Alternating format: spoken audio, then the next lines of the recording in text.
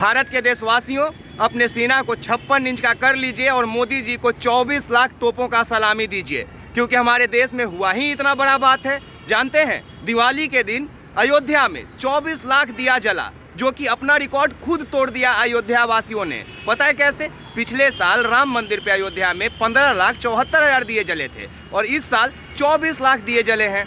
लेकिन इसके लिए मोदी जी को 24 लाख तोपों का सलामी नहीं देना है, आगे जो बताने जा रहे हैं उसके लिए देना है। जानते हैं क्या हुआ? जैसे ही अयोध्या के राम मंदिर में 24 लाख दीपों को जला कर रखा गया, दीप महोत्सव मनाया गया, उसके कुछ ही पल बाद पता नहीं कहाँ के रहने वाले लोग आ गए और उस दिया से तेल निकालकर अपने डब्बों में भरने लगे। जैसे ही यह तस्वीर सोशल मीडिया पे वायरल हुआ, सभी लोगों के मुंह से सिर्फ आह निकल के रह गया, क्योंकि किसी ने भी यह कल्पना नहीं किया था कि हम जिस देश के वासी हैं उस देश में यह दिन देखना पड़ेगा। जरा सोचिए कि हम लोग राम मंदिर बना लिए, हम लोग राम महोत्सव मना रहे हैं, हम लोग दिवाली महोत्सव मना लिए, 24 लाख दिया जला लिए, लेकिन शायद कोई घर भूखा रह गया। लानत है ऐसे पर्व पे जहां आपके आजू बाजू के लोग भूखे प्यासे रह जाए। ये तो हमारा धर्म कहता है ना।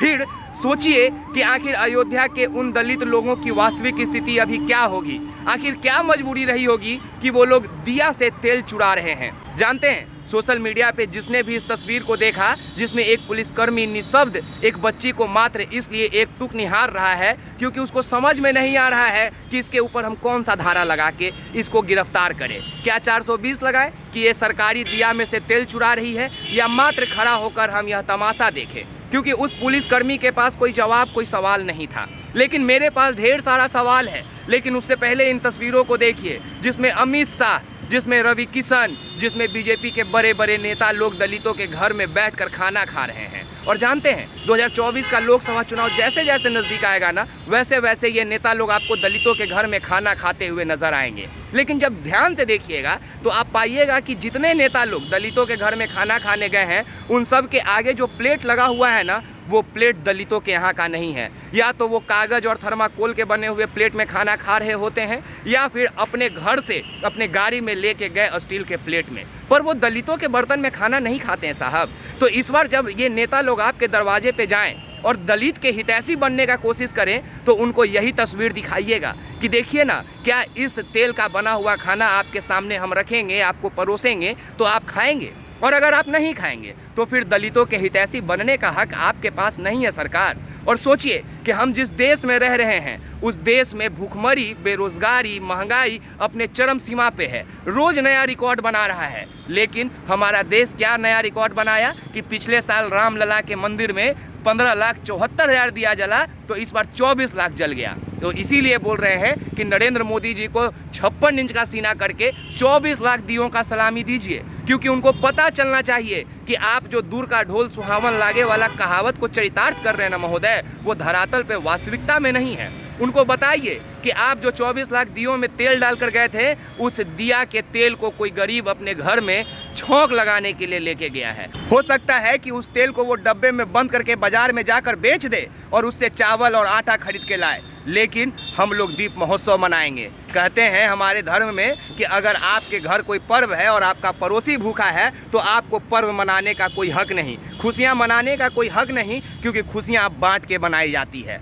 ये कौन से देश में हम रह रहे हैं? कौन सा दिवाली महोत्सव मना रहे महोदय, जहां हमारे अपने दलित घर के बच्चे दिया से तेल चुराने के लिए मजबूर हैं?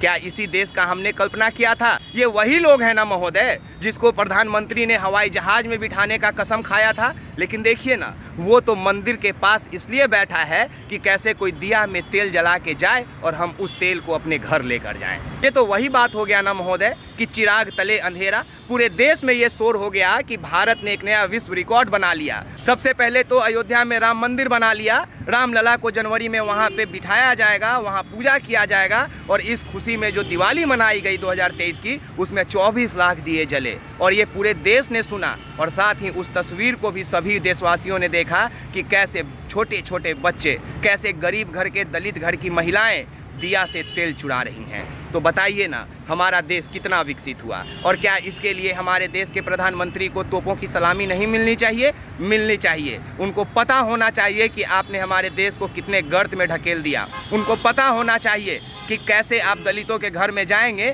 तो उसी तेल का छौंक लगा हुआ खाना आपके सामने अगर परोसा जाएगा तो आपको खाना होगा। और हम तमाम लोगों से निवेदन करते हैं कि जब भी ऐसे नेता आपके घर में जाके दलितों के हितैषी बनने का कोशिश करें तो उनके सामने का थाली हटा दीजिए, उनके सामने से खाना हटा दीजिए और अपने घर में बना हुआ नमक भात खिलाइए, अपने घर में बना हुआ साग भात अपने प्लेट में डाल के खिलाइए। और नहीं खाएं तो धकेल के बाहर निकाल दीजिए, क्योंकि वही एक दिन आपका होता है, बाकी दिन तो इन नेताओं का होता है। और वही एक दिन रामलला के मंदिर में अयोध्या में उन छोटे बच्चों को भी मिला जब वो अपने घरों में तेल की शीशियाँ लेकर पहुँचे।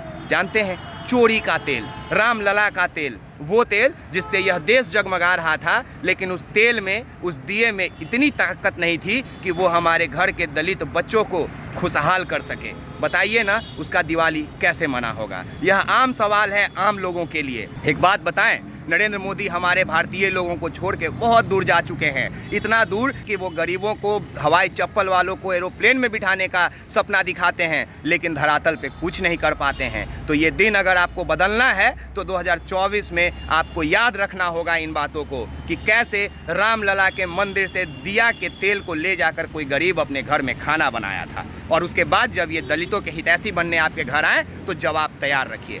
बात बाकी, आप एक्सपोज मीडिया देख रहे हैं, मेरा नाम विकास राज है। आप तमाम लोगों का बहुत शुक्रिया। जय हिंद, जय बिहार, धन्यवाद।